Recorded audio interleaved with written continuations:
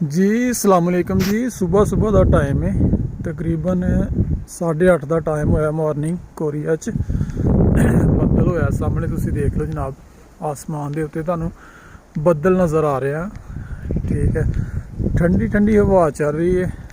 ठीक है जी, सर्दी च मज़ीद इजाफा हो गया कोरिया विच। ते तुसी चेक कर लो जी।